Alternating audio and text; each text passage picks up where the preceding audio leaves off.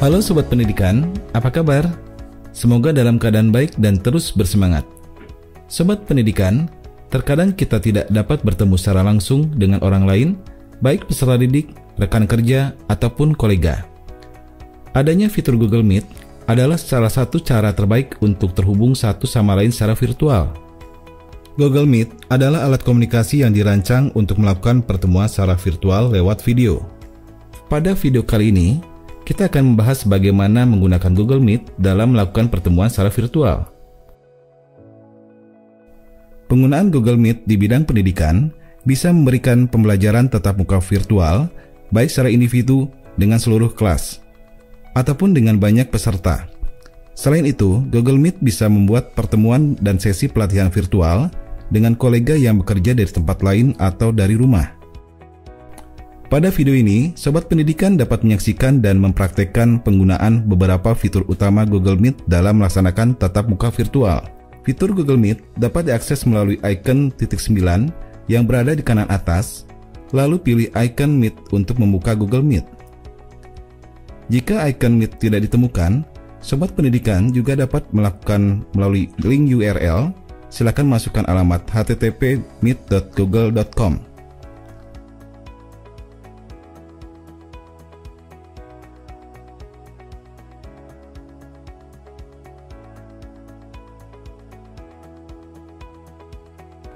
Setelah itu, akan terbuka sebuah tabulasi baru di dalam browser Sobat Pendidikan.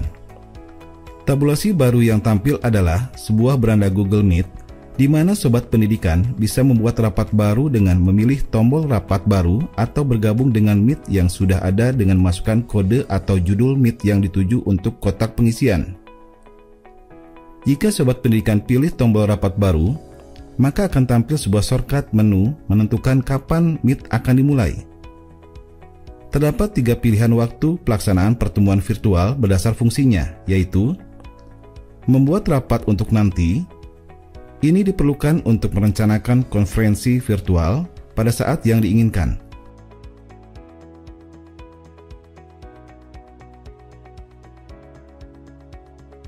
Setelah itu, akan terbuka sebuah jendela yang menginformasikan kepada sobat link undangan untuk dibagikan. Silakan pilih icon copy yang telah disediakan, lalu dikirim kepada orang yang akan diundang. Rapat instan. Jika sebuah pendidikan ingin segera melakukan pertemuan saat itu juga, maka Google Meet akan otomatis terbuka. Kemudian, akan diberikan sebuah link untuk pengundang yang lain dalam notifikasi jendela yang menyatakan bahwa rapat sudah siap. Di dalam jendela notifikasi tersebut, terdapat tombol untuk menambahkan peserta dalam Meet dengan pilih tombol tambahkan orang. Jendela baru terbuka, di mana Sobat Pendidikan bisa memilih orang yang akan diundang berdasarkan informasi email yang muncul, atau bisa dengan memasukkan alamat email. Selamat, Sobat Pendidikan telah berhasil melakukan pertemuan virtual menggunakan Google Meet dengan beberapa orang. Pilihan waktu pertemuan virtual berikutnya adalah dengan terjadwal. Silakan pilih jadwalkan di Google Calendar. Maka akan terbuka sebuah layar Google Calendar yang digunakan untuk memasukkan berbagai informasi sebagai agenda. Terdapat beberapa informasi yang dibutuhkan dalam Google Calendar ini, mulai dari informasi judul kegiatan, waktu pelaksanaan, lokasi, notifikasi, serta catatan undangan. Yang terpenting di sini adalah Sobat Pendidikan harus memilih tombol tambahkan konferensi video Google Meet untuk mendapatkan link Google Meet yang akan diberikan, serta menambahkan email rekan yang akan diundang agar masuk dalam kalender dan Meet rekan yang diundang. Kemudian, pilih tombol simpan, maka secara otomatis link Meet akan masuk ke dalam kalender peserta dan Google Meet peserta. Terdapat beberapa fungsi pengaturan ketika Sobat Pendidikan sudah berada di dalam Google Meet, yaitu dengan area bar di bagian bawah. Mulai dari area bar bawah sebelah kiri, terdapat informasi waktu saat ini, sesuai jam pada sistem, serta informasi kode Meet sedang aktif. Kode Meet ini bisa dibagikan kepada rekan lainnya untuk bisa bergabung. Di area tengah bar bagian bawah yang terdapat beberapa icon pengaturan Google Meet yang masing-masing mempunyai fungsi tersendiri. Mulai dari icon sebelah kiri, yaitu icon mic. Jika mic ini dalam keadaan merah dan ada garis hilang, itu artinya suara tidak akan masuk dan terdengar oleh peserta Meet lainnya. Demikian juga sebaliknya. Icon berikutnya adalah kamera. Jika icon ini berwarna merah dan tersilang, maka peserta Meet tidak akan tampak sebagai video live, tetapi juga akan menampilkan gambar profil dari email yang digunakan. Icon berikutnya adalah tangan. Ini difungsikan jika peserta ada yang ingin bertanya atau memberi jeda di tengah penjelasan. Icon berikutnya, sebuah kotak dengan tanda panah, berfungsi ketika peserta Meet ingin membagikan layar atau presentasi tertentu agar terlihat oleh peserta lainnya. Dan yang terakhir adalah telepon. Icon ini berfungsi ketika ingin keluar dari sebuah Meet atau ingin mengakhiri pertemuan Meet. Pilih icon tersebut, maka akan muncul layar dialog selanjutnya. Fitur rekam Meet hanya akan muncul ketika sobat pendidikan menjadi host dalam sebuah Meet. Fitur ini ada dengan memilih icon 3 titik di area bar bawah posisi paling kanan. Maka akan muncul jendela dialog berikutnya dengan beberapa pilihan menu. Pilih menu rekam rapat untuk memulai rapat selama Meet berlangsung. Jika rekam Meet telah aktif, maka icon akan berubah menjadi merah.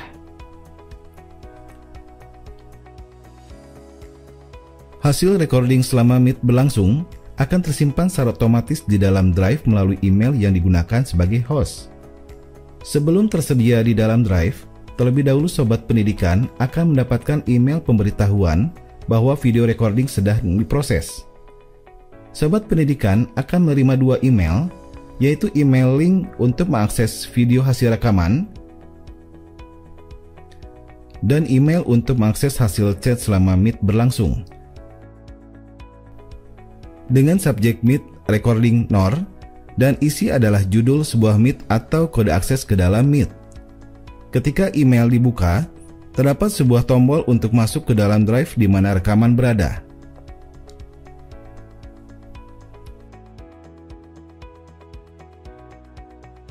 Pengaturan tata letak berfungsi untuk menyusun peserta Meet dalam satu layar. Pilih ubah tata letak, maka akan muncul jendela dialog.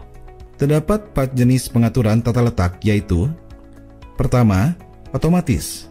Mengatur tata letak peserta secara otomatis. Pengaturan ini akan menyebabkan layar yang dibagikan akan berada di permukaan dan peserta didik tidak terlihat. Kedua, bersusun. Mengatur tata letak peserta tersusun secara vertikal dan horizontal. Pada pengaturan otomatis dan tersusun, fungsi slider akan aktif untuk menentukan jumlah peserta. Drag slider ke kiri dan ke kanan untuk mengurangi dan menambah jumlah peserta sesuai yang diinginkan. Ketiga, sorotan. Pengaturan ini akan menyebabkan yang sedang berbicara atau menampilkan layar akan berada di permukaan. Dan keempat, sidebar. Mengatur tampilan peserta yang akan muncul di sisi kanan layar utama atau sorotan.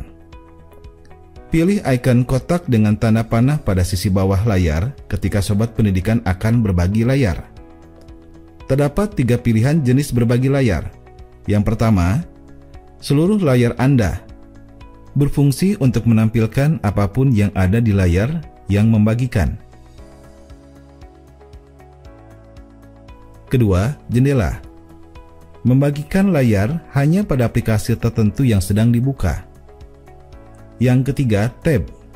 Membagikan layar sesuai dengan tab pada browser yang sedang dibuka.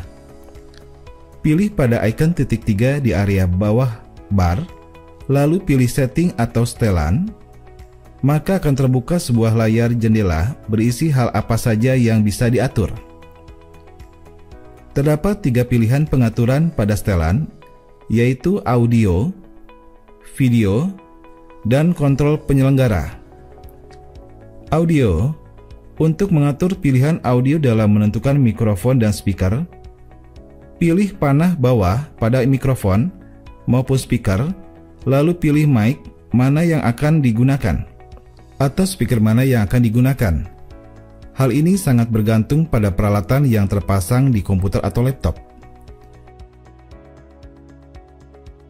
Video. Terdapat 3 pilihan pengaturan video, yaitu kamera, resolusi pengiriman, dan resolusi penerimaan. Fungsi ini untuk memilih kamera yang akan digunakan dan mengatur besarnya resolusi pada pengiriman dan penerimaan. Hal ini sangat dibutuhkan untuk menghemat bandwidth. Menonaktifkan mic non-peserta dapat dilakukan ketika sobat menjadi host. Terdapat beberapa cara untuk menonaktifkan mic peserta. Pertama, arahkan kursor pada foto peserta, lalu akan muncul icon untuk menonaktifkan mic peserta, atau pilih area daftar peserta, lalu pilih icon mic, dan pilih menu bisukan. Sekarang Sobat Pendidikan telah memperoleh pemahaman tentang cara membuat pertemuan video Google Meet baru dan mengundang orang lain untuk bergabung. Sobat Pendidikan juga memperoleh informasi tentang cara menggunakan jendela chat yang diketik untuk memberi komentar atau mengajukan pertanyaan tanpa mengganggu pembicaraan. Kemudian, mendapatkan gambaran cara berbagi apa yang ada di layar dengan orang lain dalam pertemuan dan cara memecahkan masalah jika ada masalah yang tidak berjalan sesuai harapan kita.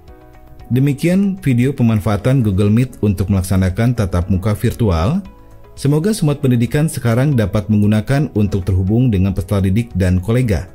Sampai jumpa di video-video berikutnya ya. Tetap semangat!